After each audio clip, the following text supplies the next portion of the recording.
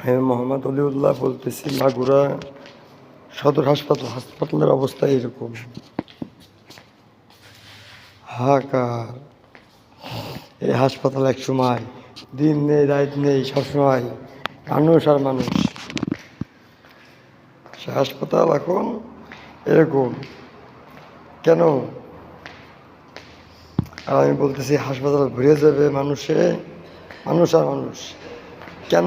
পুলিশে মারবে। আর এই পুলিশ কারা? আমাদের ভাই। আর্মি কারা? আমাদের ভাই।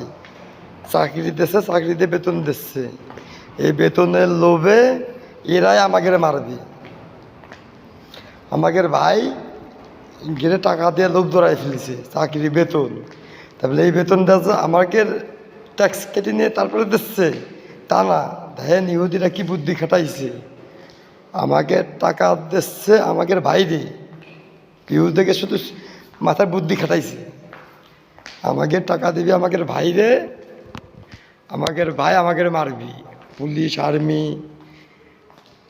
আর্মি কি দেশে কোনো দেশের ভিতরে যুদ্ধ করে? আর্মি করে না। আমার আর্মিতে মেরে জায়গা সব এতে সবই পুলিশ এরাকে একবার শোয়াইছে, আর্মিতে মেরে 2 বার শোয়াইছে, মাথা ফাটাই ফেলে দিয়েছে, পা ভেঙে ফেলে দিয়েছে। আমি আগেরতেই রেডি।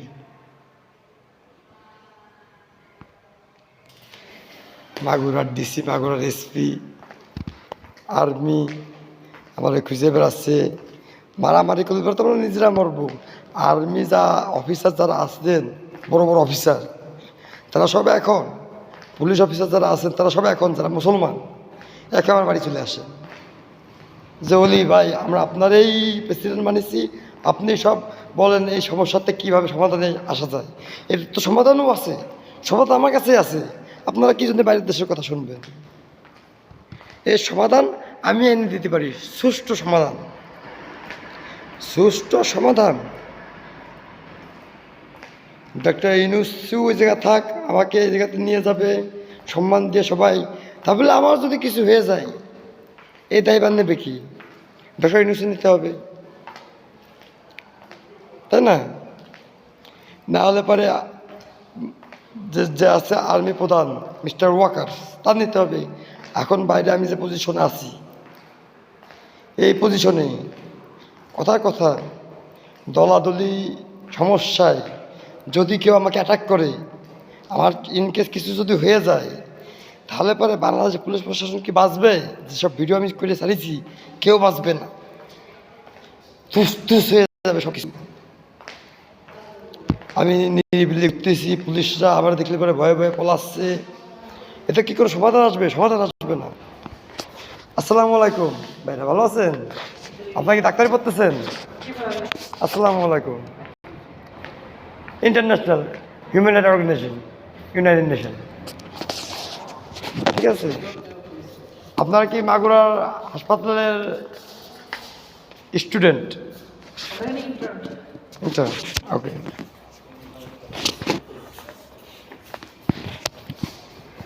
এখন বিষয় এগুলো হচ্ছে সবার মাথায় রাখতে হবে। আমরা বাংলাদেশি, বাংলাদেশের জন্য আমাকে খাটতে হবে।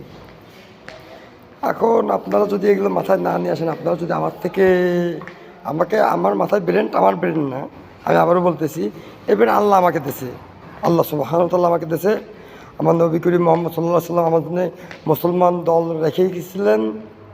হ্যাঁ, আমি উঠে বলেছি, আমি অনেক আগের থেকেই আমার এলাকায় আমি বলি নেতা হব।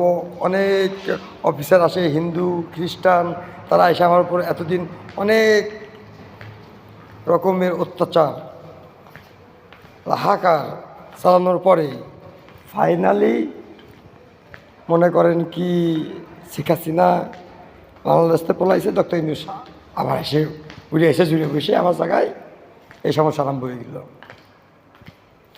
এখন এইটুকু আবার বলাচ্ছিল, আমি বাংলাদেশের জনগণের সবার দৃষ্টি আকর্ষণ করে বলি যে হাসপাতালের ভিতরে হয়তো আমার মরা দেহ থাকবে এক সময়, আর লোক বাইরে ওয়েট করতেছে। আপনারা সবাই আমাদের দোয়া করবেন, আল্লাহ কখনকার মৃত্যু রাখে বলা যায় না। তা আমি বাংলাদেশের জন্য যা করার চেষ্টা করলাম, আপনাদেরকে নেওয়ার চেষ্টা করলাম সাথে। আপনাদের যদি মনে হয় বাংলাদেশের জনগণের সবার গরিব বড় লোক does matters, you are from Bangladesh. আপনি গরিব হন বড় লোক হন এটা আমার দেখার বিষয় নয়। আপনার জন্মভূমি বাংলাদেশ যদি হয়ে থাকে তাহলে পরে আপনারা সবাই এক হয়ে, এক দুইয়ের কথা বলতেছি না, পুলিশ আর্মি জনগণ এক হয়ে আমার কাছে আসবেন এবং আমার সাথে কথা বলবেন এবং আমারে কি করতে হবে আমি আপনাদেরকে বলবো। আমার কি পথ, আমার পথ আমি নিজে ডিসাইড করব, আপনাদের বলতে হবে না। আমার পথ আমার জন্য আমার আল্লাহ সুবহানাহু ওয়া তাআলা আমাকে দিয়ে পাঠাইছেন, আপনাদের কাছ থেকে আমার পথ নিতে হবে না। এবং আমি যদি মারা যাই এর আগে, তাহলে আমেরিকা CIA এর পিছনে বিরাট একটা ভূমিকা নিচ্ছে, ইন্ডিয়ান র আর ইসরায়েলের মুসা, এই 3 গ্রুপ মিলে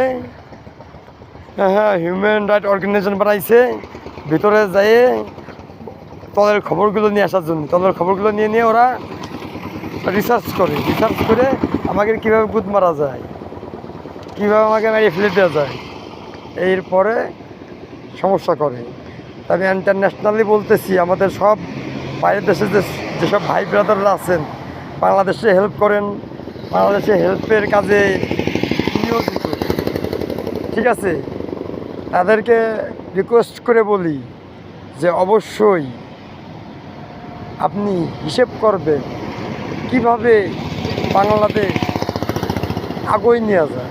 আপনার টাকায় বাংলাদেশ চলবে, আর আমি বাংলাদেশের নাগরিক, সিটিজেন, আল্লাহর বান্দা, মুসলমান হিসেবে চেষ্টা করব পুরো পৃথিবীতে কীভাবে আগুয়ে নিয়ে যাওয়া যায় ইনশাল্লাহ।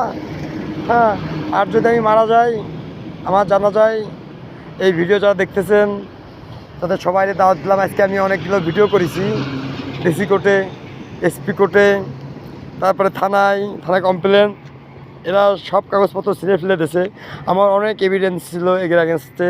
এরা অনেক হাজার লক্ষ হাজার কোটি টাকা গরিব মানুষের, বাংলাদেশের DC, SP, মন্ত্রী, প্রাইম মিনিস্টার, হাইকোর্ট জজ, এরা সবাই বাংলাদেশের টাকা লুটে পুটে খাইছে। এই সব লিস্ট আমার কাছে আছে। এখন সবাইরে মাফ করে দেওয়া হবে। সবাই যদি মাথা নত করে আমার কাছে আসে, আমারে ফোন দেয়, বলে যে বাংলাদেশ কীভাবে সাজানো যায়, তাহলে বাংলাদেশটাকে নতুন করে গড়ার জন্যে আমি রেডি আছি।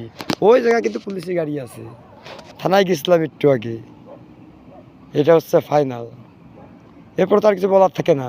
স্যাটেলাইটেরও আমেরিকা, বাইরের দেশ যদি আমাদের সাথে ব্যবসা করতে চায়, আমরা সব দেশের সাথে ব্যবসা করব। তো তাদেরকে আমাদের যে সম্মান আমরা পাই, আমাদেরকে ন্যায্য সম্মান দিতে হবে। আমাদের আমাদেরকে চাহিদাপূর্ণ করতে হবে, আমাদের অধিকার আমাদেরকে দিতে হবে। তারা আমাদেরকে কাজ করার জন্য তাদের দেশে নিয়ে যাচ্ছে, আমরা কাজ করব, আমাদের অধিকার আমাদেরকে দিতে হবে। আমরা বাংলাদেশে, আমাদের তারা মেরে নিয়ে যাবে না, হবে না।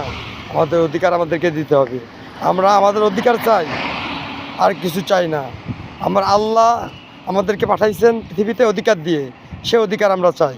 আমরা মুসলমান, আর আমরা যদি মুসলমান হয়ে থাকি, আমরা এইরকম ভিডিও যেসব ভাইরা করতেছেন, আমার মতো ভিডিও, এবং যারা বুঝতেছেন, যারা আগুয়ে আসতেছেন, তারা বেশি করে শেয়ার মারবো।